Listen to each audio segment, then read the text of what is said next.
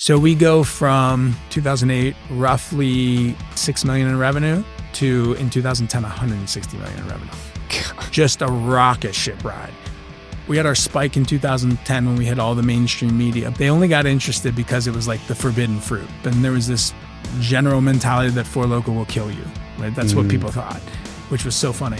Well, to be fair, college students have been hospitalized after using your product. Yeah, after misusing the product, Seth. These college kids are drinking the entire can. What are they thinking? And I just found like I wasn't identifying with the brand and the company and the culture anymore. And I was essentially fired from my own company. So I was forced to figure something new out. You know, we launched Koya nationally with Whole Foods, which was a big launch. Today we're in 30,000 stores across the country, ranging from Starbucks to 7-Eleven to Whole Foods and Kroger. Yeah. What's going on, everybody? Welcome back to the show. Today, I have a really cool guest on the show. His name is Chris Hunter. He's the author of Blackout Punch, which we talk a little bit about in today's episode. If you've ever heard of the beverage brand Four Loko, which you probably have. If you haven't, then where have you been living? Then you might be familiar with Chris, because Chris is one of the founders of Four Loko. It's a wild story about how they created an energy drink / alcoholic beverage, just 24-ounce cans, 11% alcohol plus a bunch of caffeine in there. Just exploded. They went from, I believe he said 8 million to 160 million in revenue in just a couple of years. And so we talk a little bit about how he was able to scale that company, what they did to keep up with the demand for their product, how they branded the product, how the tweaks that they made to the product, because originally when they first tested it, it wasn't selling. And so they, made changes, added alcohol and made the can bigger and tried different branding. And then they finally found a version of it that really worked really well. So we talk obviously about his story, how he was able to even get to that idea, the skills he built along the way. And then we talk a little bit about his new company now called Koya, which is a plant protein snack beverage, essentially, that now that I said it, if you're not familiar with it, now that I said it, you're going to start seeing it everywhere. Like, I swear there's not a Starbucks I walk into now that doesn't have Koya in there. It's in Whole Foods. They're in like 30 or 40,000, I believe 30,000 doors now across the country that you can buy Koya at. And so it was funny talking to somebody who's built 2 9-figure beverage brands, but in wildly different categories. And so we talk a little bit about that juxtaposition as well. We talk about parenting. We talk about relationships, because he is married to his college girlfriend, who they went through all of this thing together, and they've been together that entire time, almost 2 decades. So we talk about education. There's not much we don't talk about in this episode, frankly. Chris is a really great guy. I'm sure you're going to enjoy this conversation. So without further ado, here is my chat with Chris Hunter. Chris, what's up, dude? Welcome. How you doing, man? Thanks for having me. You know what? I'm doing all right. I'm feeling a little lethargic because I didn't have my daily Four Loko today. Yeah. It is what it is. You're pretty sharp, so it's apparent you didn't have one. We'll make it work either way. Okay, so you've built a couple 9-figure beverage brands now at this point, both in wildly different categories, seemingly. Yeah. But I want to go back in time and talk to you about how this even came about, because the story to me is the interesting part. And in your book, Blackout Punch, I know you go, deep into these types of things, which is what we really want to talk about. And by the way, if you're watching or listening, just as usual, like we always say on the show, don't wait when we recommend books. You should always have an unlimited budget for books, because people like this who build multiple 9-figure companies will learn a ton of lessons, build companies, and then put it all into a 230-page book that you can learn about. Like, you can condense decades of experience into 230 pages, and you can grab those lessons for what, $20-$30? Unlimited budget for books. Go pick it up right now before we get into the interview, and put it on your book list, because I promise you it will be worth it. So let's go ahead and dive deep into the story, Chris. Let's go back in time. Let's say 6-year-old, 7-year-old Chris Hunter. Set the scene. What was life like for you? Yeah, so I grew up in Youngstown, Ohio, which if you're not familiar with it, it's a very blue collar, steel mill oriented town. Okay. Now it's kind of a suburb of Cleveland, but at one point it was a really relevant city in the country.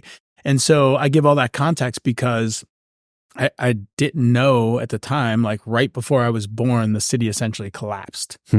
Steel mills started shutting down, jobs were lost. Like 40,000 people lost a job like overnight. Wow. And it really kind of changed the culture of that town. It became very scrappy. You know, people just really had to figure out how to make it work, right? And so I grew up in a lower. Was that just an economy thing? An economic thing? Yeah. I mean, there's a lot of Italian, Irish, like a lot of ethnic immigrants there for steel mills and automotive working, right? And so I think there's kind of a bit of that like immigrant grit that was ingrained in the culture there too. Well, I mean, more like what was the reason for the steel mill shutting down? For closing? Overseas. So they were able to make it cheaper in China. Gotcha. And, so it was kind of, some of the collateral damage from that whole shift. Yeah. And it's really fascinating. There's a lot of different documentaries or podcasts out about Youngstown, but what was unique about Youngstown was that the people in the city that worked at the steel mill tried to band together and buy it.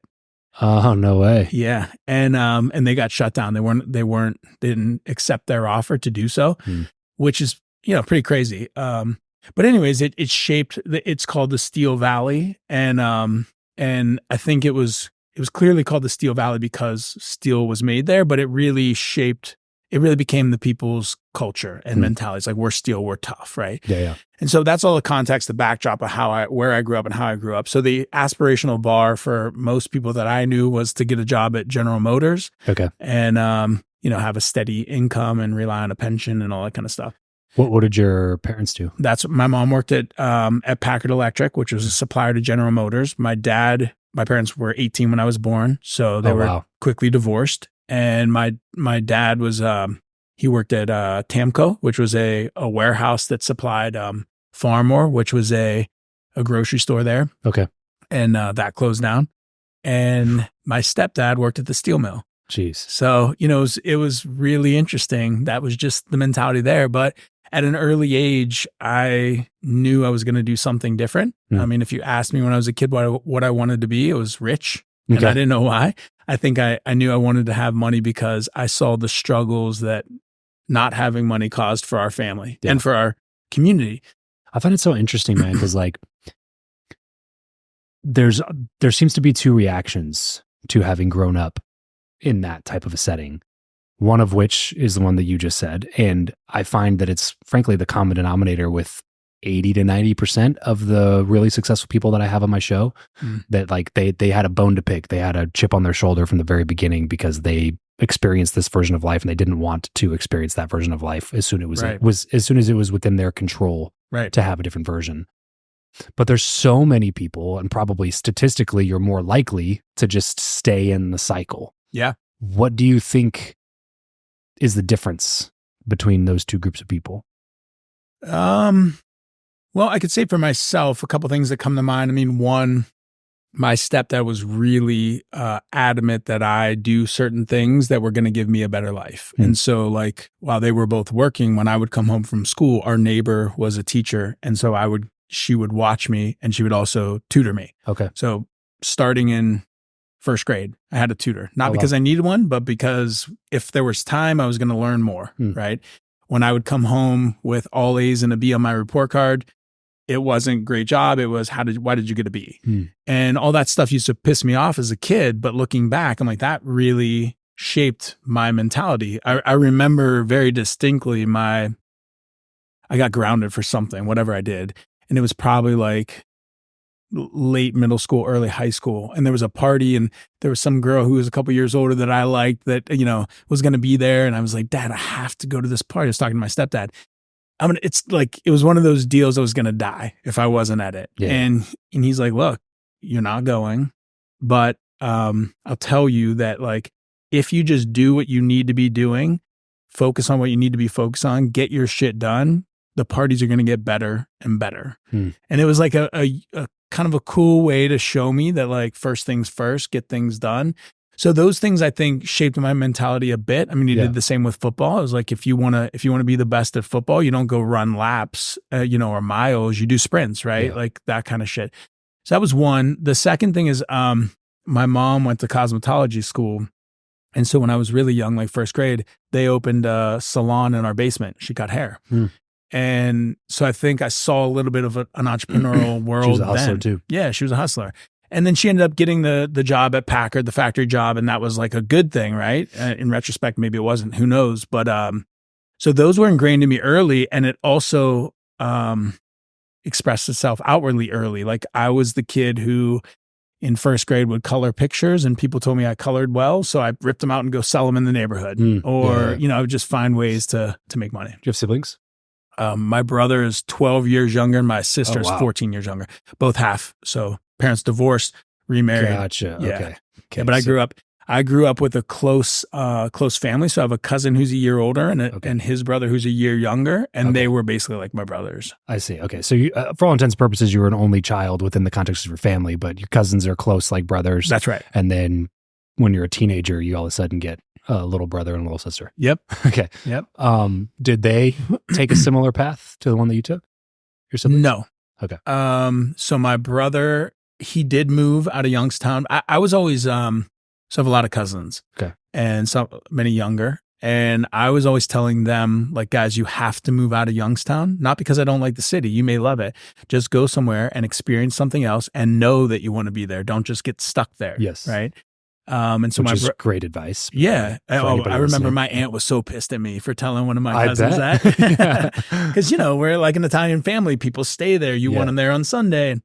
And he moved away. He ended up in Cleveland. My brother did the same, and he ended up in Chicago. So he lives there. My sister still lives in Ohio.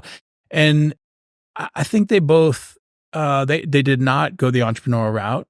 I think they both could, but for whatever reason, they chose not to. That's why I'm always fascinated by that, man, because like you can have people, and obviously it's a little bit different because there's such a massive age gap between the two of you. So there's probably a lot of different ways that they grew up that were different from how you grew up. Yeah. But even then, I just find it fascinating how some people can just come out with like, I'm always curious about like the personality versus work discussion, especially as it relates to entrepreneurship. Like, is this just something that's ingrained in your personality? Is this something that's developed over time? Is this a combination of those things? Like what exactly makes it to where you have this idea or this ambition to go after this life, and their ambition is completely different. And I'm one of those people that's like, it's neither good nor bad. It's neutral. Yep. And choosing to work a job and make a, median income, but without taking on the stress or the risk or the anxiety of entrepreneurship is like, I see a lot of merit to that option. I also see a lot of merit to this option. However, I know personally that I would never be able to do this option because I would drive myself like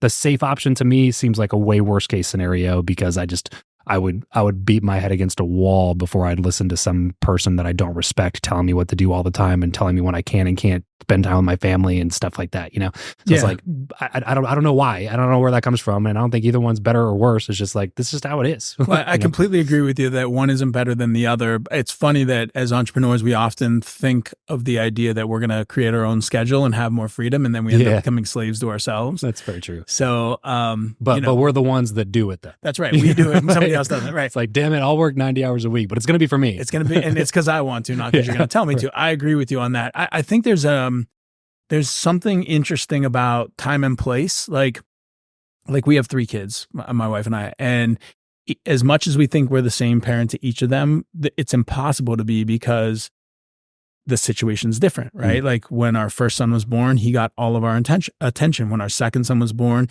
he got a lot of our attention, but there was also another child there. And our oldest son became his idol, right? Where we may have been our oldest son's idol. And so my point in all that is like, my parents were 18. I was really, when I look back, growing up with them. Yeah, no kidding. Right? My mom was 30 when my brother was born. So it was a more, and my mom She's like a real adult at that point. She was a real adult. That now my mom struggled with addiction. And during that time, it was probably at its height. And so, technically adult, maybe not acting like it at that moment. Sure. But the point is the experiences are all different. Even when you're from the same family, even if we were closer, right? Yeah, 2 years apart could be a big deal. So yeah, sure. That is a fair point. Yeah. I'm just always curious about that one. That's why I asked. So, okay. But I want to get back to the story here. So you, grow up kind of entrepreneurial. Sounds like you're always trying to hustle something, always trying to sell something. Yep. did you have any indication that you were going to be like with your life an entrepreneur when you were, high school age, or are you still, because it sounds like you excelled in school, or at least were made to excel in school for better or for worse. Yeah. Or was it kind of like, because at that time it was basically all parents were kind of pushing their kids to go to college. And that was like the ticket out of poverty was get a good education, go to college. Was that how it was for you as well? No. So I had one cousin, older than me that went to college. Okay. He went because of football. And he was 1 year older than me. Okay. No one else in my family at that point had gone to college. Actually, on my dad's side, no one had even graduated college or high school. Oh, wow. Of my cousins. And so it wasn't a huge push for that. I did get good grades. I remember distinctly that when I moved in third grade from Youngstown to a suburb called Austintown. And you had to take like a standardized test. It was called the Iowa test. Filling out the bubble sheet, whatever, right? Mm-hmm. Who knows if I did good or not? And the test results come back and they tell me I did exceptionally well and was put into these gifted classes. And in retrospect, the gifted classes were not really anything unique, except for I was not forced to sit and memorize information. I was actually forced to think critically. We would debate, we would do riddles, we would do all these unique things. And I look back to that and say like, man, I'm so lucky I did good on that test, because where I actually became or was able to excel was because of those classes, not because I was inherently so gifted, right? Yeah. Just another one of the major faults of our education system. Exactly. That doesn't which is teach why that to every kid. That's right. Yeah. And we put our kids in different schooling systems purposely because of that. Okay. Yeah, they went to a Waldorf school when we were in California. What's that? What's the Waldorf difference is a between- style of teaching like Montessori, many people know, okay. right? Yeah.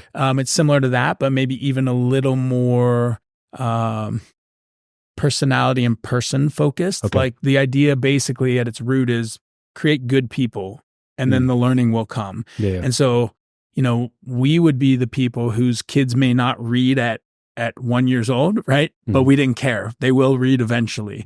And there's a tendency with parents nowadays to like compare, and we got caught up in it too. Sure. Oh my God, their kid's reading, like, are we doing something wrong? Yeah. But this schooling was like, hey, let them be kids, teach them the magic of being a human being. Yeah. And all the learning stuff will come. And I really think it did wonders for our kids. How old are your kids now? 11, 9, and 6. Are they still in this type of school? Or? So when we moved to Miami, we went to a Waldorf school there. It was not the same as the one in California. And in terms of quality or type of teaching or experience? All of the above. Okay. And so we decided to look at other schools, and we found this amazing school called Centner Academy.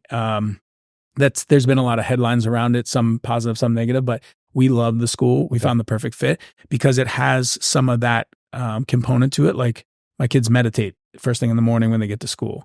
There's a mindfulness practice. They learn how to express their emotions. Yet on the and that was very Waldorf-like.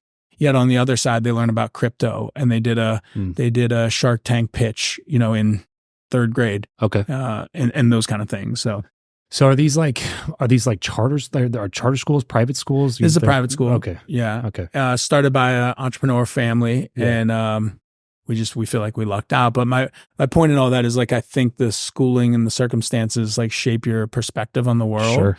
And I It's think very that's top of mind for me. We literally just did a tour of our son's kindergarten yesterday. Okay. So, we're right in the middle of all, like, it's so weird, man. Like when you have kids, first of all, how fast, like when you first have a kid, it's like, oh, we got time before kindergarten, and then it's like all of a sudden it's like, oh man, I guess we're going to kindergarten now. Yeah. And you have to start thinking, like, it's just never something I thought about, like where you live or how you base your schedule based on like your kid going to school and then what they teach at that school and it's just, there's so many things to have to think about. Yeah. So that's why I'm asking these questions selfishly, and hopefully somebody listening is getting something from this, because I think it's good. These are my questions. Because I mean, for me, and I don't know about for you, but like where I grew up, you just went to school wherever you lived. That was it, right? And well, for me, so I kind of hinted at earlier, for me, we went to school at our church. Yeah. So I went kindergarten through 12th grade at our church. So we didn't have any other, like, it was a private school that was on our church campus. So that was the only option for us, really. But yeah, it's tough because it's like, man, I know I don't want them in public school. for multiple reasons. First of all, in Nevada, our public schools are just at the bottom of the list in terms of quality across the whole country. Yeah. From what I've read. So that was already like a red flag. But then, so many other things that they teach in public school that I don't really like the teaching style. I don't really like the freedom that they take with what they can tell my kid that I don't think is true. And like, there's just so many things that I just didn't want to do. Yeah. So we're going charter school route right now, but I am also very curious about some of these like, entrepreneurship schools or Montessori schools or some of these other private school options, especially as they start getting a little bit older. It's funny because moving to Miami, we felt like we were actually, it's funny you're here in Vegas. Moving to Miami, we felt like people looked at us like we were moving to the Vegas Strip with our kids. To South Beach. Yeah, exactly. Yeah. And what we did not expect to say was that we love a school that we found and that we found a great community that's like-minded in terms of health and wellness focused in a city like Miami. Yeah. But that's exactly what we found. And one of the things that was, whatever everybody's position is, they're welcome to have. But for me, one of the things that I liked walking into the school was the guy that gave us the tour. He said, here's the boys' bathroom, here's the girls. If they were born a boy, they will go to the boys' bathroom. And if they're born a girl, they'll go to the girls. And if they ask any questions about that, we will say, you should go talk to your parents. Because to me, look, when you're that age, you don't know what you want to eat. You don't know what I mean? And so these topics being introduced to kids at that age to me are just confusing. We want to protect our kids as long as possible. And whatever they decide to be as adults, like we will support 100%, right? Totally. But just not as kids. We'll keep them safe from that. And this school nurtures that. Yeah. And it should be more of a relationship of the parents and the kid, not exactly the school district. Right.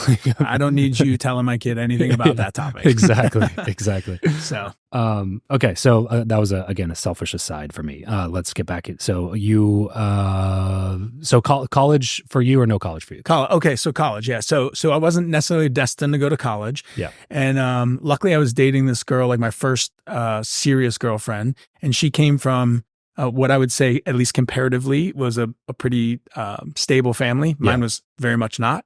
And kind of like a classic middle class. Yeah. Her dad was strong a doctor. family structure. Exactly. I'm sure everybody has shit. So I'm sure there was shit behind the scenes. Right. Yeah. But comparatively it seemed very, and so they were more of like you go to college, you should start looking at these schools. There was much more structure and plan. And so luckily I was dating her at the time because she was doing that. And I said, oh shit, I should probably do this too. And so I started thinking about colleges and, I went with her to visit her brother at Miami of Ohio, which is a really good academic school.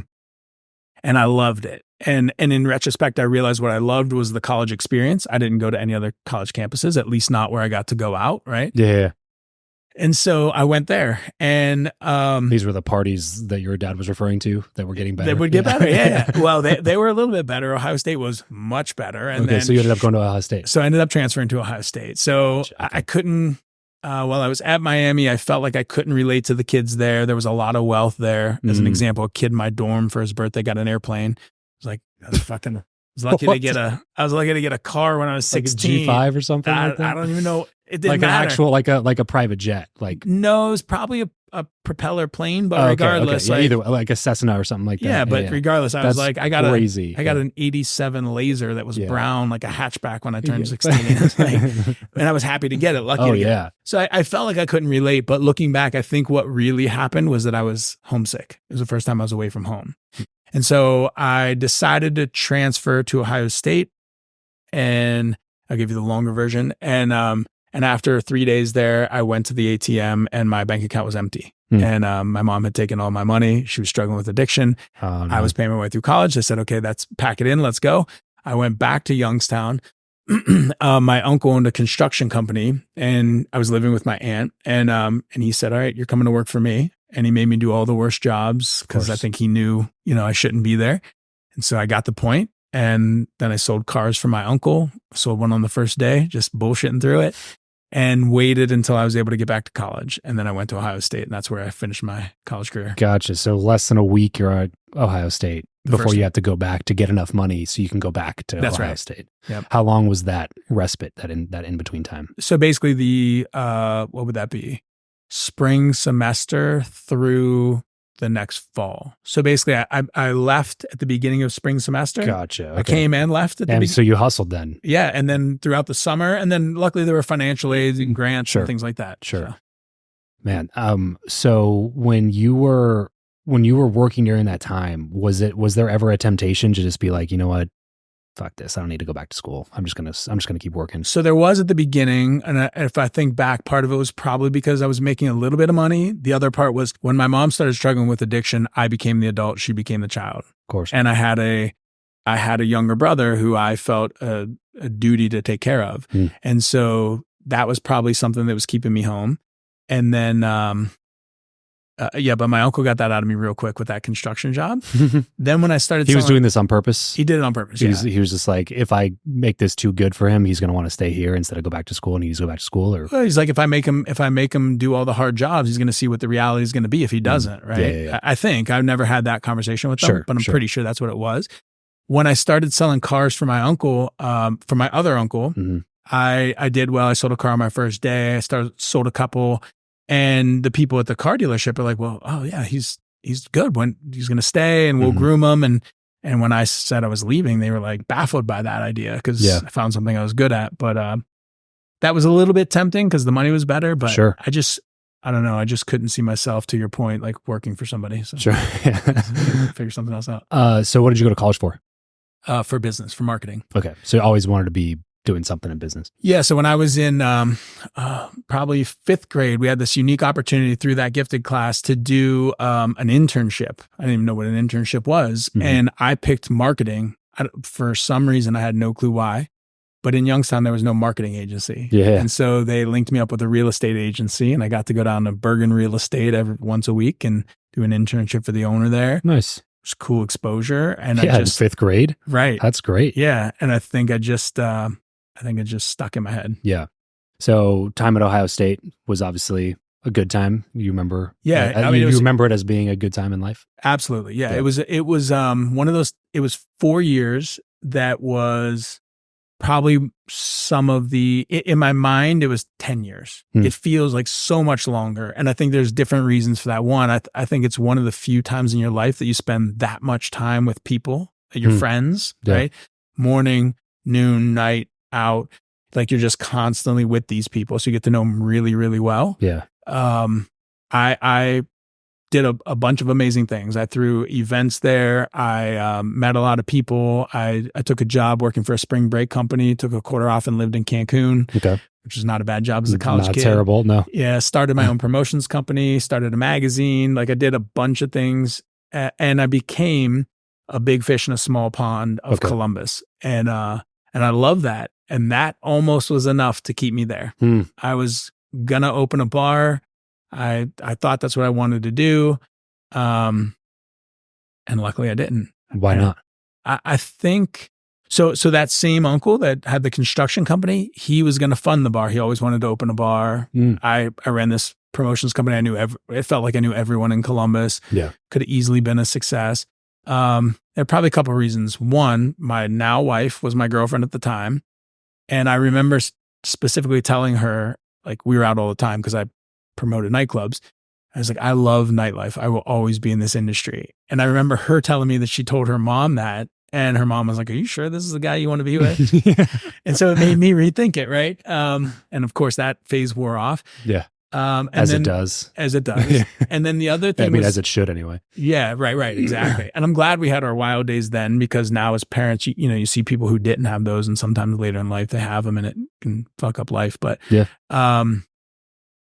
and so that same uncle was going to back me to open this bar, and I had this realization at one point. I was like, if I don't leave now, I won't leave, and I will never know. And I would rather know. Just like I told my younger cousins. So let me go, and I can always come back and open this bar. And that's when I moved to Chicago. Okay. And then when you get to Chicago, is this just like you're going to go do your own thing, or is there like an offer on the table? Or? No offer. No clue. Then why Chicago? So I was going to move to LA. So me and my now wife, Melanie, we had broken up, but we had both decided we were going to move away somewhere. Okay. And I was going to move to LA, and I'll come back to that in a minute. And then she was going to move to Boston originally, but then they decided Chicago. Okay. I was going to move to LA because one of my best friends, his brother, became one of my really good friends as well. He went on a reality show back when reality shows were just kind of taking off, and he won it. It was called Paradise Hotel. And and he came back and he was like, LA's amazing and I'm getting all these offers and we were going to move there. So we go there to visit. I'll never forget this. And the girl that he won the show with picks us up. So I'm thinking, I have this different image of what LA is going to be like and what she's going to be like than what happened. We land, we walk out. They pick us up in an S10 truck. Her mom's driving. She's in the front seat. So an S10 has only 3 seats. So he sits up there. I sit in the bed of the truck, leaving LAX. We don't go into LA or Hollywood. We go into the Valley. Wow, yeah. We stay there for 3 days. Basically, he's with her the whole time doing their thing. I'm sitting in the living room with her mom watching like Maury Povich all day. And I'm like, fuck this in place. San Fernando Valley. Yeah, exactly. I was like, fuck this place. I'm not moving here. Now, the next 2 days we went into Hollywood and they were recognizable at that time. So people were like flocking to them. Yeah. And that frustrated me. I did not like this celebrity culture thing. I did go visit a friend in Manhattan Beach and I got up early and went surfing and like had a normal life. And I said, if I lived here, I would live. If I came to LA, I would live here. Anyways, that was my experience. I land back in Ohio. I had already decided I was moving and now I don't want to go to LA. Yeah. And so I call my ex-girlfriend who were kind of getting back together. And she said, look, Chicago's amazing. And I booked a flight the next day, went out to visit. Had some friends who had moved there, and I said, I'm moving here. Do you still hold to the stance that Chicago's better than LA? For me at that time, yes. Okay. Yeah. What about for you at this time? Well, I live in Miami, so I'm clearly, and I moved from the West Coast. Look, I mean, I think it matters what you like. We lived in Encinitas, which is a beautiful city or town, and but it never felt like home for me. I can surf. I don't do it often. I don't love it like people that live there do. And so I never felt attached to the culture. Right. Yeah, so, sure. So I don't think there's any one better place than others. But how do you deal with the humidity when you come from I sweat Encinitas? a lot. I sweat a lot, which I sweat anyways. Look, I mean, here is the reality of it. When we moved to Encinitas, we had 2 kids. We now have 3. And we had this idea that like it would be amazing to travel in the summer, get back to Ohio, see our family, just travel with the kids. We did not want to be, we did not want to have kids and let that change our life completely. Sure. Yep. And what I didn't know about San Diego is it's actually the summer's really the time you want to be there. It's right. So awesome. It's not 75 and sunny all winter, right? As it's painted out to be. And so that plan really didn't work when I was there. When we moved to Miami, it works perfect. You do not want to be, if you can, right? Shit. You don't want to be in Miami in the summer. Yeah, right. So just like Vegas. Right, exactly. Like right now is beautiful. Yeah. In about a month and a half, it's like, man, we got to stay inside. That's right. Lock the doors, pull the shades. So now the kids are off school in the summer and now I don't want to be where I am anyways. Yeah. So we can so go travel stuff, and it works out perfect. Yeah. Nice. That's awesome. Okay. So Chicago, what do you do when you move there? Like you got a job on the docket, you start a company? No, I do nothing at first. Okay. And I had this like probably arrogance about me where I felt like I had done some things in college like that boosted me up. I made a good amount of money. I always say everyone has their ramen noodles days, right? Most people that's in college. Yeah. Mine, I made a ton of money. I bought boats. I did all kinds of stuff in college. When I moved to Chicago, I had my ramen noodle days. I had no job. I had no income. I was just burning through the money I'd saved, racking up debt. And I felt like I was too experienced to take some entry-level job at a corporation because I didn't want to work for somebody anyways. Yeah. So great. I rode that out for 6 months until I racked up enough debt and went through all my money. And my girlfriend, now wife, cut me a check to pay for rent one day. And it was like, okay, that was the moment. That was the moment, right? And I was still going out a lot in the nightlife. She was working. She was working. So she moved there and got a telecommunications job, door to door, hardcore sales, right? Cut your teeth. And I remember the first day she did it, she called me crying because think about this, like a pretty girl at college is not used to hearing no. Yeah. Rejection is not normal for her. Right. Yeah. And so now she's hearing no 50 times a day.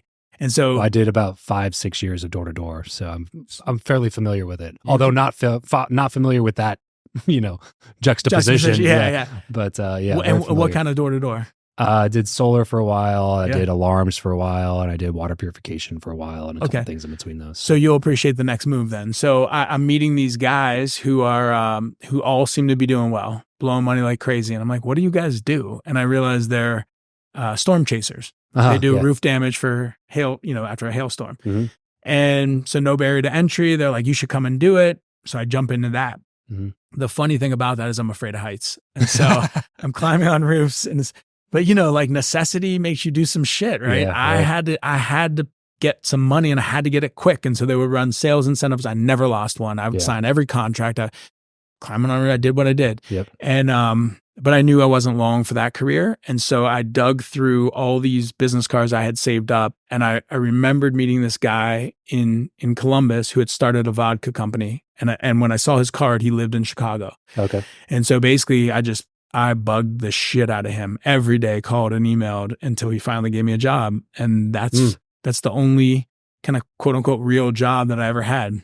So I did that until I started You were Fusion. just trying to sell, or? Yeah, I became a sales rep. So he hired me. He was pretty smart about how he did it. He said, we'll hire you for Chicago. What do you think you should make? Well, at this point, I'm desperate. I just need some income. I look on the internet. It says it ranges from $40,000 to $50,000. I said, $42,000. Sold. You're hired, right? I was like, oh shit, I should ask for more. And he made me do the hardest job in the company, which was, or the hardest job you could do at that time, which is calling on premise, like the bars and nightclubs. Okay. In a town like Chicago. Vegas is the same. Like hyper competitive, very expensive to lots do business. Of gatekeepers. Totally. Yeah. But I did it. And then he gave me off premise, which is the liquor stores, different ball game. And then I got to manage 5 states.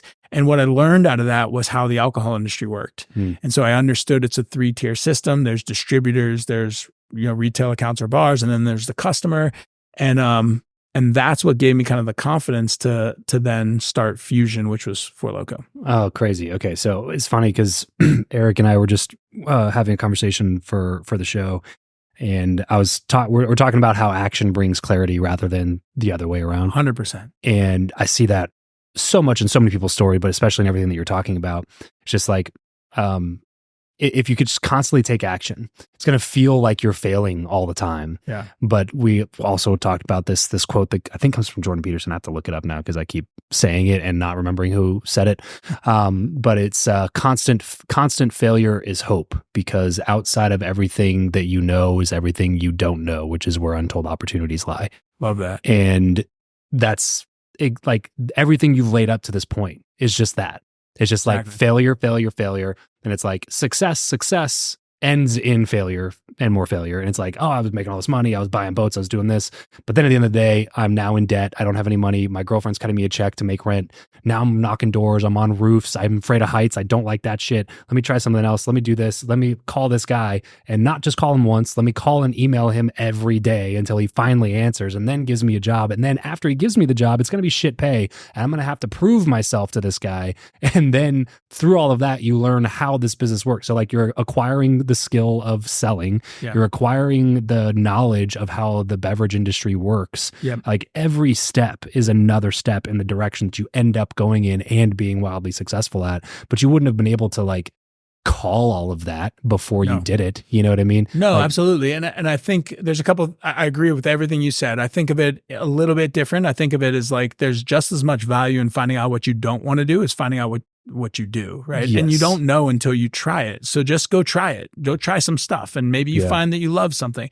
1, 2, like in retrospect, because of what you just said, everything makes sense. Yes. So when I look back, Four Loko makes total sense. Why? Because when I was in college, I was throwing parties. Red Bull was just being introduced in the US. Caffeine was popular. Jaeger bombs came about.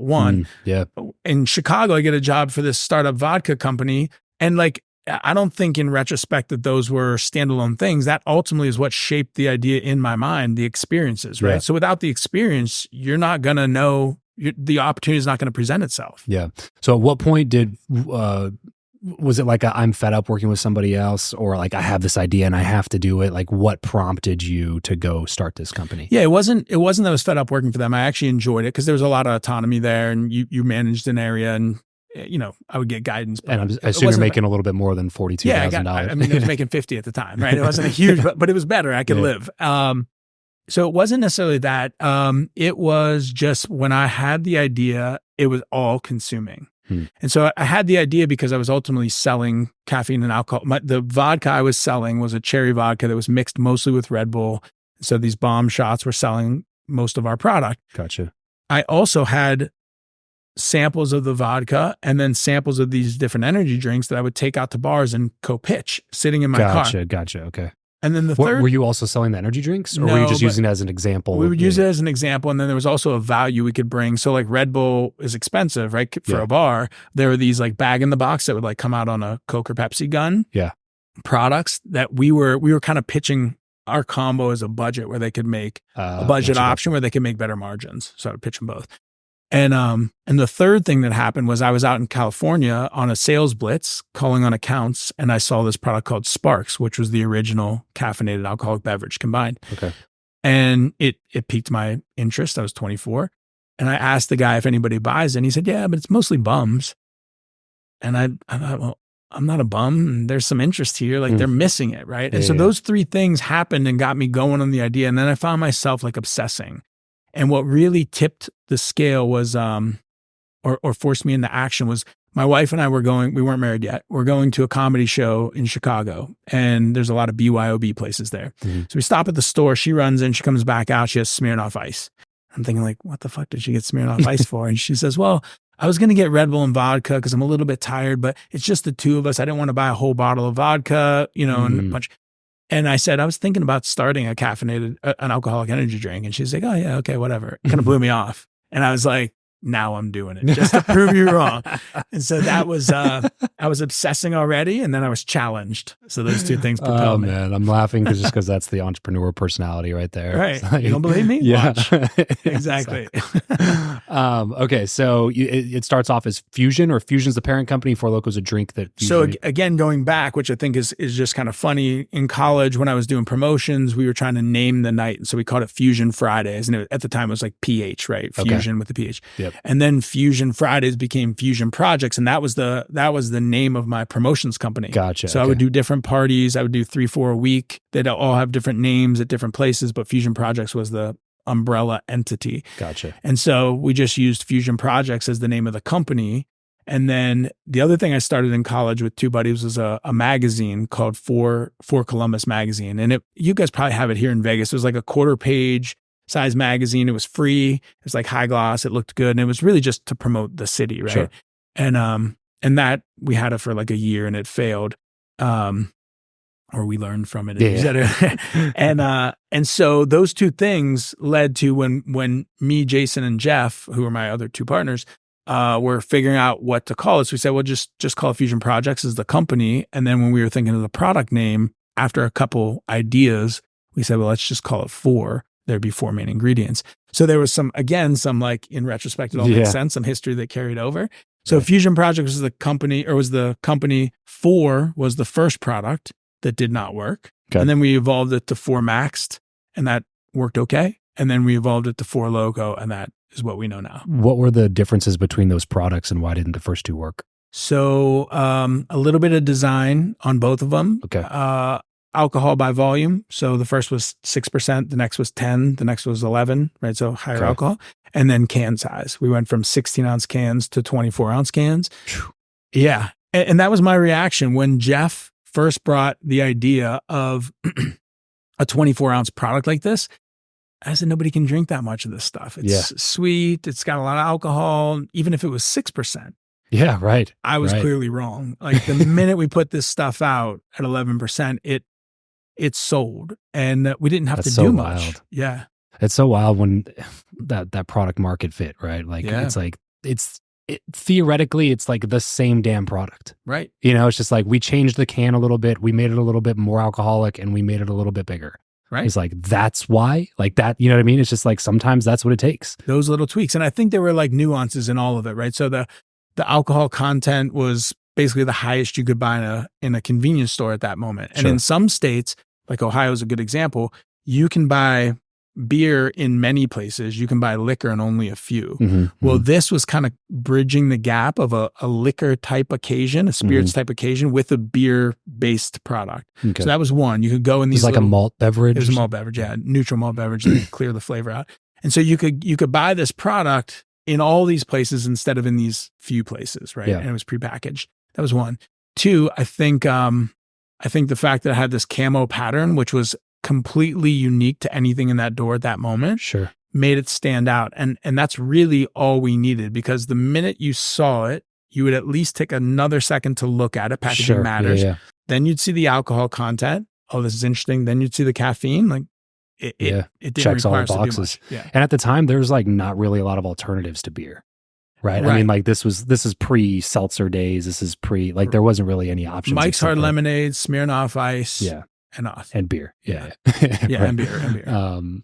Okay. So how quickly after you make these changes do you realize like, oh shit, like this is going really well? And how really? Immediate. Like we're talking like a day, 30 days, 90 days? Like your 2 orders weeks. just started increasing? 2 weeks. So what would normally happen before is we would sell to a distributor, Mm-hmm. and then we would go in to kick it off, to introduce their reps to the product, tell them how to sell it, go Sure. ride the market with them. And we would always call them either right before or right after, do you guys need more product? And because we couldn't see their inventory. And they would always tell us, no, we're good. We'll call you when we need it.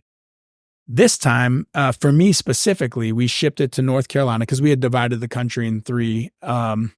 And so I was You went national immediately. No, but we had so Jeff lived in Arizona, so he was handling anything on the West Coast. Okay. Jason and I were both in Chicago, and so we kind of just divided from Gotcha. up above Virginia was Jason's through the Midwest, and below and to Texas was mine. And so for me, the first distributor I sold it to was in North Carolina, and I was planning to go there in 2 weeks. So after week 1, I called them to see how their inventory was, and they said, you got to send us more. We sold it. I'm like, we didn't even kick it off Yeah. yet. What's today? Yeah. How did you? They said we sold it, and accounts want more. Immediately we knew. And so then when I went into that market, the stores that had bought it were trying to buy more. So normally they'll start off with 1 case. Let me try it out. Yeah. Now they're buying 5 or 10 cases. Ooh. Now they're saying, hey, what other flavors do you have? Which is very uncommon, because usually they're saying, hey, we don't have space, Sure. So You got to pick your flagship, basically. and that's right. it, yeah. So we had really good margins for them, and our product was turning fast. So the way I say it is we had craft beer margins with domestic velocities. And so these stores, I mean, they loved it. They know what Yeah. moves. Yeah. Right. Did you have any was there any intentionality behind the demographic you were trying to put it? Like, this is like in retrospect, it's obvious to look at it and be like, that's a college kid drink right there. Was that like, were you trying to go to distributors that had stores or distribution around like college campuses and stuff like that? I'm smiling because it's so funny that is what everyone thinks. Everyone, including our distributors, would decide who this was for. So yes, of course, we were 25, 26 years old. We were in the core demo. In we that knew demographic, yeah. we knew it mattered to us. But what we would hear in some distributors is like, oh, this should probably go in the inner city because people want high alcohol, relatively inexpensive. Or someone else would say you should sell it around college campuses for the reason you mentioned. And we would say, just put it everywhere and let's see where it works. And we found it worked everywhere. Wow. So there's a commonality of, there's a kind of a bang for your buck and a very unique nature of caffeine and alcohol at that time. And it tasted relatively good. Like it covered it up relatively well. So we would fight that. And we also consciously never put people in any material that we put out there, because we didn't want someone to say, well, this is not for me. Right. Gotcha. And so people kind of got the opportunity to discover it, adopt it, and promote it themselves.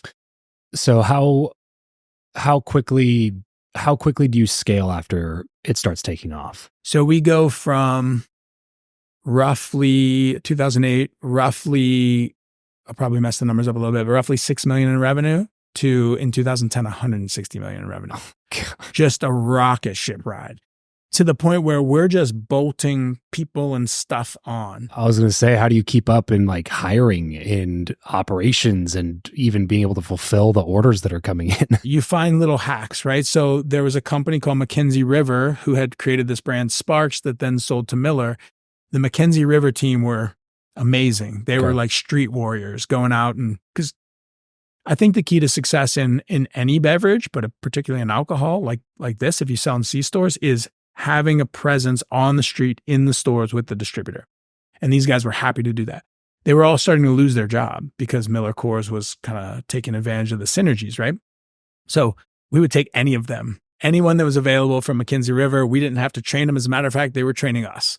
So we would hire them. Those are the best employees. That's right. The other thing we would do is when we would go into a market, if it was, let's say it was like Charleston, South Carolina, not one of the, smaller towns, but like we would hire somebody in that market from the distributor or from one of the other suppliers to manage the state. And it was at a point where we just needed somebody there to represent it. Yeah. You didn't have to be the best person. We had some great people, but it would sell more than we had to pay for you to be there. Yeah. So that's how we would do it. Just how many hours are you putting in at this point? crazy hours. My life at that point was Sunday night, I would leave on a flight. I would land in whatever town we had to work that week. I would do let's call it a 6 a.m. distributor kickoff meeting. I would ride with the distributor reps from 6:30 or 7 till 4. I would take them out to dinner or have drinks with them. I'd go back to my hotel room, do a couple emails as much as I could, go to bed, do that again. I'd do it Sunday through Friday, fit in my life, Friday night, Saturday night, leave again Sunday. I would probably do that 3 or maybe 4 weeks out of the month. Are you dating or married at this point? Dating, no, married at this point. So Okay. let me think. Yeah, newly married. And is she still working somewhere else, or is she working with you, or what's? No, she was working at. So Melanie had started in telecom sales, door to door. She then got into pharmaceutical sales. Okay. And that she then said, I will be going into medical device sales. And they told her, well, we don't really hire out of the pharmaceutical world. And she said, well, you can hire me or someone else will. I will be in this industry. Exactly. She's an entrepreneur now too. She's launching her own company. But Oh, cool. But so she was doing that. And then as Four Loko really took off and we really had some flexibility because we were a remote company from before remote companies existed. And I said, your job's getting in the way of our lifestyle. So she quit and became a personal trainer and then a certified holistic nutritionalist and all that. Yeah. So she eventually got on board for the Four Loko concept. Yeah. I mean, she was always fine with what we were doing. I mean, and we didn't have kids at the time. So it was, and I was relatively young. Sure. Like, I don't think I could launch that company and do what we did then now. Yeah. Just because of the sheer volume of hours that you were putting in. Yep. And I have kids and like Other there's just priorities. trade-offs I'm not going to make. Yeah. Sure. And a lot of lessons now that you took into the company you're running now to have similar results without doing as much of the legwork, I assume. Yeah. I think I don't have to make as many mistakes. So Koya has been, it's different because, alcohol is very structured and it's called DSD, direct store distributors who go in the store every day, like in non-alc, especially in perishable like Koya is. It's not that way. So there's differences, but the similarities allowed us to scale really quickly. So we launched Koya in 2015, I think, nationally with Whole Foods, which was a big launch. We had a great broker partner that allowed us to do that. Today, we're in 30,000 doors across the country, ranging from Starbucks to 7-Eleven to Whole Foods and Kroger, right? Yeah. And so what I understood from Fusion or from Four Loko was that distribution matters. If it's not available, because we're not a D2C brand, right? Sure. It's refrigerated and it's a heavy liquid. It's really hard to make money that way. Yeah, D2C. Right. Yeah. With a beverage, right? A perishable one is, but so I knew that distribution mattered. And so we really focused on not only gaining distribution, but making sure that we gain velocity, which was repeat trial at that point of distribution. Because you can lose it as fast as you gain it if it's not selling, right? Or that people aren't repurchasing the product. Exactly. Like it's still got to be good. That's right. You know? Yeah. But I will say a difference that I'm excited about is I mentioned we've never done anything D2C with Koya. Well, I shouldn't say that. We did. We tried to do our own D2C. We lost money on every case. We just thought there were super customers who should be able to stock up. We shut it down. We started it back up in early 2020 because everything was going online. And then we ended up shutting it down again. Our number one request right now is how do I buy in bulk? Because keep in mind, we sell over 2 million bottles a month, but it's one bottle at a time. Yeah. One transaction at a time. So the number one request is how do I buy in bulk? And the number 2 request is how do I get it delivered? And so what we decided to do is we have all this brand awareness. We have all this consumer loyalty. We have 5,000 searches a month for Koya on Amazon. We fulfill 0 of those because we don't have a product to sell. So we're now launching a shelf-stable version of Koya on Amazon Oh, interesting. in Okay. 12 packs, and it's this top selling flavors, but we boosted the protein a little bit. They're 20 grams of protein instead of 18, and we added vitamins and minerals. So I'm excited to go into this new world. Yeah. Mainly because I'm excited to fill what our customers are already asking for. Yeah. But it'll be new to me. I've never launched anything on Amazon, and that always Sure. excites me. Yeah. Right. Right. So basically the core difference is that it's not perishable or doesn't have to be refrigerated or. And it's in a Tetra Pak. If you know what that, like think of like a box water, right? It's like Okay. almost like a cardboard little box. Gotcha. Okay. And so, So it's lighter to ship. yeah, not much. I Okay. mean, it's 11 ounces versus 12. So the liquid, Barely then. yeah, it's not much, but it doesn't have to be refrigerated. So you don't have to, with refrigerated products, you have to put ice packs in there and you have to overnight it. Mm-hmm. This they can ship normally through Amazon. And so I think the real advantage here is, look, I would drink a Koya a day if I have it. Mm-hmm. I drink 2 or 3 if I have it. Yeah. But if I don't, I may not go to the store every day to buy one. Sure. When my fridge is stocked up with 24 of them, I drink 3 a day. Yeah. So that's Right. what it provides the opportunity is like, this will be sitting in the pantry. For sure. The users can, the consumers can become heavier consumers if they want. That's how it was for me with like Celsius and stuff like that. It was just like, I drink the product, but like it's annoying to have to go to the gas station every morning. Right. And like you're not going to go to the gas station and buy 24, like one, Exactly. But when they popped up on Amazon, I was like, yeah, I'll ship a Celsius case to my house once a month, And now sometimes you may drink 2 in a day, which you probably shouldn't because it's there, right? I try not to drink 2 energy drinks in a day. Right. Yeah. But sometimes, Because it's there. sometimes it gets the better of me. And because it's in my fridge. Yep. So I don't have to go, buy it Yeah. individually. That's awesome, man. That's really exciting. What was it like marketing these 2 wildly different like they're both beverages, Mhm. but one of them is like put a concoction of the worst things you could think for you in a can, and the other one's like put a concoction of the best possible ingredients that you can. Like they're Right. wildly different products. Was Right.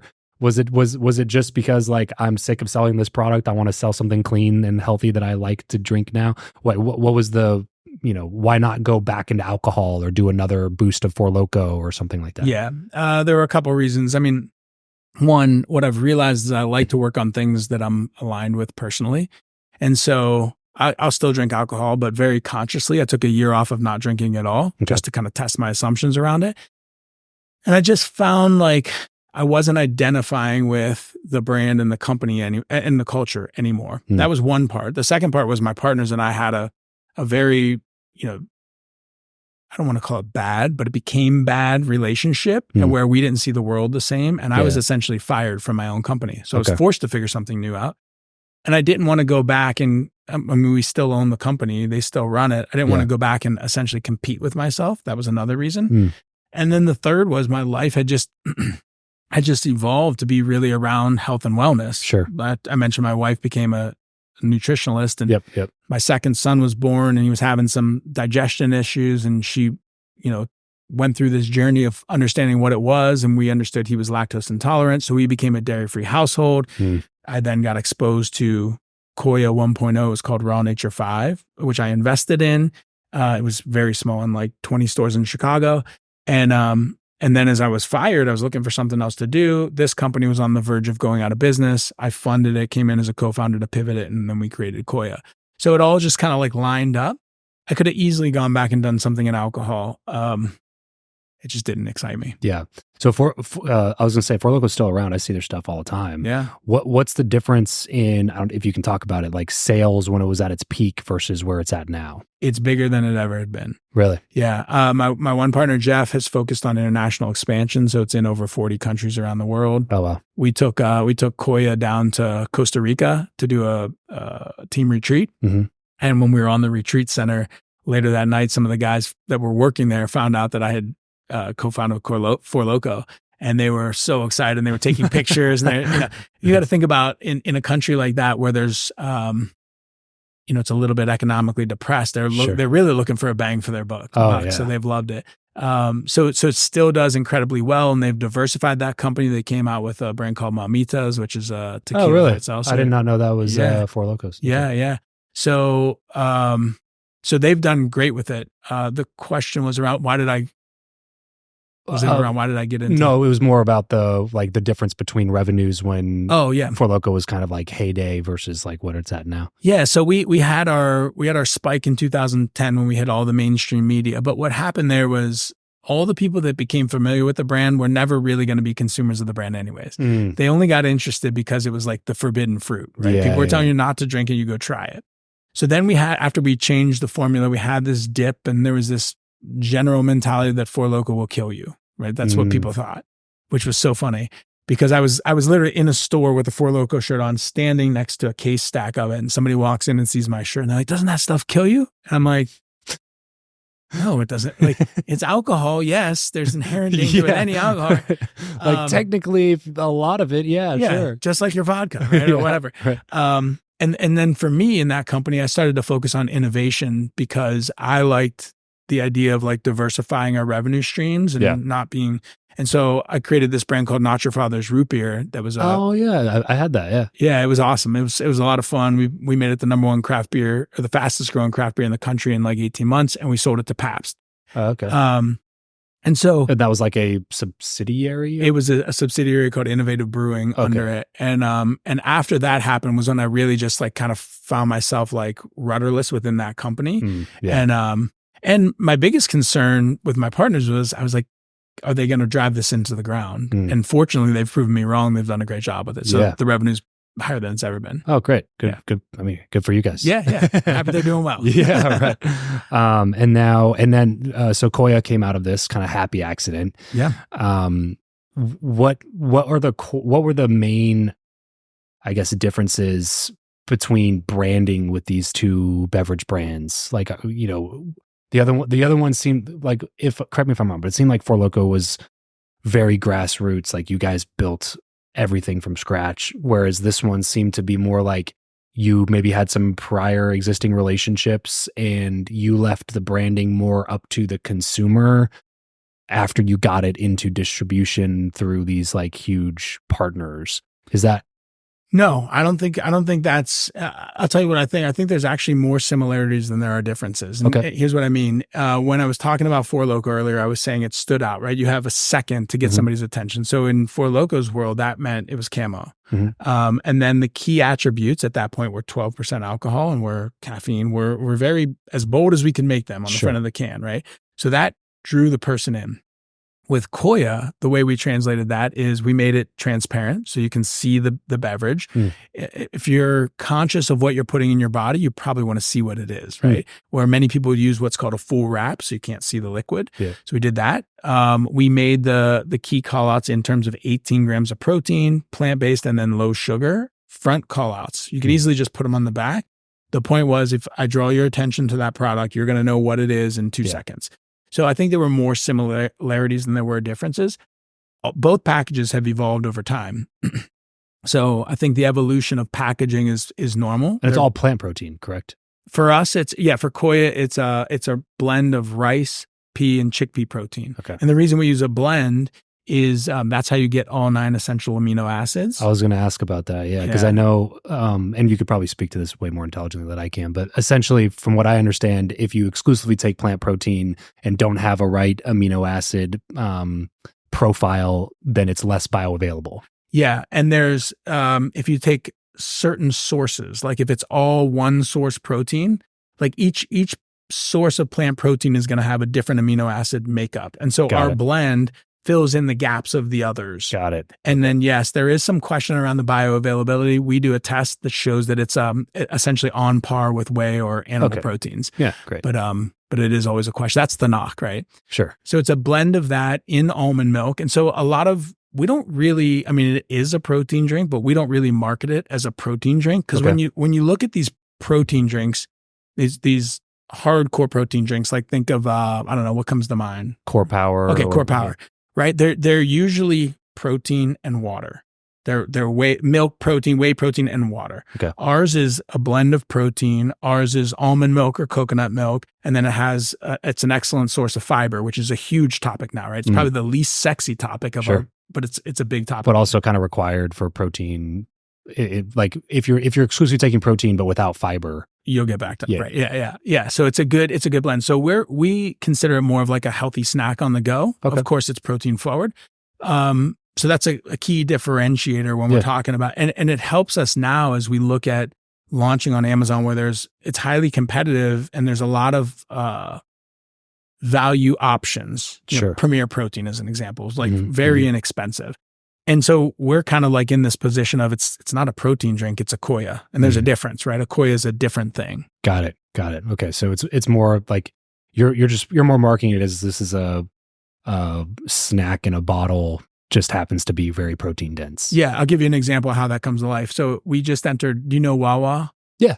So we just entered Wawa, right? Okay. So Wawa in C stores that you have your vault or the doors, right? And all the beverages are in the doors. And all the traditional protein drinks are there. Your Core Powers, your Muscle Milks, your whatever. Mhm. For us, they found that the right place to put us was in that like center aisle that has like the that open has like refrigerator. produce and stuff like It that. has in like healthy snacks and Yeah, like yeah. sandwiches, Okay. and they put us and the other healthier products in there because it's essentially a snack on the go, and where people that are looking for fresh, better for you products are going to look. there. Nice. I like that. Yeah. So this show's called Travis Makes Friends. Before it was called Build Your Network. Talk a lot about relationships and stuff. You've obviously had a lot of great relationships in your life. It sounds like, I mean, to have made it from, you know, hustling in an apartment in Chicago, dating your wife, to now, you know, what is that, 20 years of marriage? Yeah. Through all the ups and downs of entrepreneurship and stuff, like that's crazy by itself. So, Yeah. again, I like to ask selfish questions sometimes, because I'm married and like to know how it works for other people. So Yeah. what are some of the, like, you know, through the lens of being a busy, crazy, risk, you know, driven entrepreneur, what's some of your best advice for a good marriage or relationship? Look, I've made plenty of mistakes. So I can tell you what worked and what hasn't for me. But I would say we talk about this often, saying that, you know, we're lucky that we grew together, because from where she grew up in Youngstown as well, where we grew up to where we are now, the mentality then to how we think now, that's massive growth. Yeah. And there were a million opportunities for either of us to not be on that same growth path. And so that's one. I mean, always be willing to grow and support the other person growing. I think, even if it's not necessarily how you're growing. So as an example, for Melanie, at first, it was all around food and fitness, right? Yeah. And I didn't believe in gluten-free, organic, all that shit. I do now, right? Through going through an elimination diet, whatever. But that was her path. For me, it was about personal growth. Like I had this coach that just helped me change my perspective on the world. But even if it didn't make sense to me or wasn't that exciting to me, I supported it, and she did as well. And then ultimately, both of those ended up becoming important to both of us. So that's one thing. I think we had these friends that we got to know in California, and they told us that they'd been married for a long time, but they told us that they woke up every morning and consciously chose to be together. And I thought that was pretty powerful for us, because you know, you could just go on autopilot, and you meet people, especially that have kids, and they wake up, you know, 18 years later after the kid's gone, they don't even like each other. So we just complete strangers. We don't consciously say every morning, I choose to be with you today, but it's a thought all the time. And that's reassuring to me, because I know she is consciously choosing to be with me, and her vice versa. It kind of requires you to continue dating. Exactly. You know, if you look at it as like it's always an option, then you're all like, that choice is intentional and is powerful in convincing you to look for the reasons why you should remain together, rather than like looking for the reasons that you shouldn't. Yeah, exactly. I agree with everything you said there. I think the other thing is us making sure we prioritize some of these are cliche, right? But us prioritizing our relationship. Like, I love my kids. We both love our kids, but we also know that our relationship with each other is, one, the precedent for them, what a relationship should look like, and two, the foundation, because one day they'll be gone. Yeah. I think one of the tactics that we did that I recommend to everyone, and it kind of happened by accident, like kind of, I want to say it was probably around, 2020, like not traveling much, around the world stuff. And we decided to go, we were living in California. We decided to go to this town south of Cabo. I can't remember the name of it. Anyways, it's a little town in Mexico. And we couldn't go long. We went 2 days. And we ended up using that as like an almost like our annual planning board meeting for our life. And so we looked at things we did the year before. We talked about what we liked, what we didn't. We talked about what we wanted to do more of, do less of.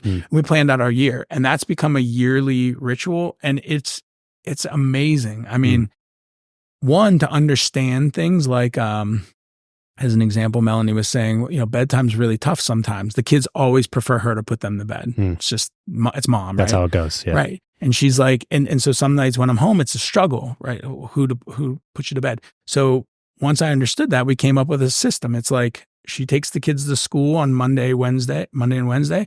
That's a long day of her driving back and forth. So I put our youngest to bed first and our oldest to bed. She puts our middle son on Tuesday and Thursday. I take them to school. And so we do the opposite. Yeah. So just those opportunities to consistently align on how we're doing life, I think are really important.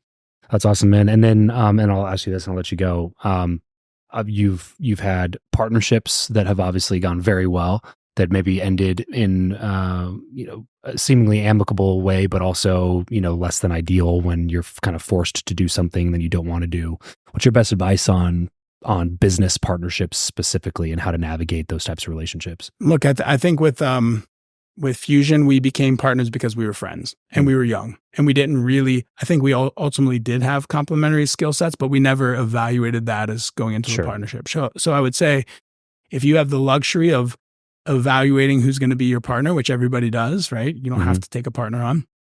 Think about what you want them to do, what they want you to do, and discuss that ahead of time. Yeah. I'd say the other thing that I think I messed up on and that we should have done is like talk about how we get out versus just how we get in, because stuff changes. Yeah. And, 10 years later, I wanted to go this way with my life and someone else wanted to go this way. And it doesn't mean anybody's wrong. It's like, if you don't want to be doing this, there should be a clear way to get out. Right. I think, the worst thing to do is hold somebody hostage in a place they don't want to be. Sure. So I think that's really important. And I think the third thing is, and I was actually talking to somebody about this earlier, is like, are you getting a co-founder or a partner because you feel insecure about doing it on your own, or because you really feel like they're adding value?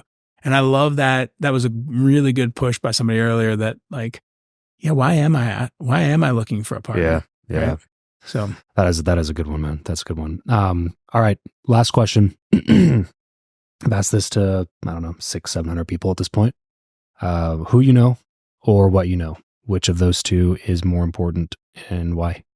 Who I know, because I can learn things from them that I don't need to know myself. I can learn. And it's always been amazing to me, like the example of getting my first job, right? Of the people I meet and where that can lead. Yeah. And if it's what at least for me, it's like, that's like a static view. And I want to be learning more. It's not what I know right now. Yeah. And I can only learn that through my relationships and open doors. So.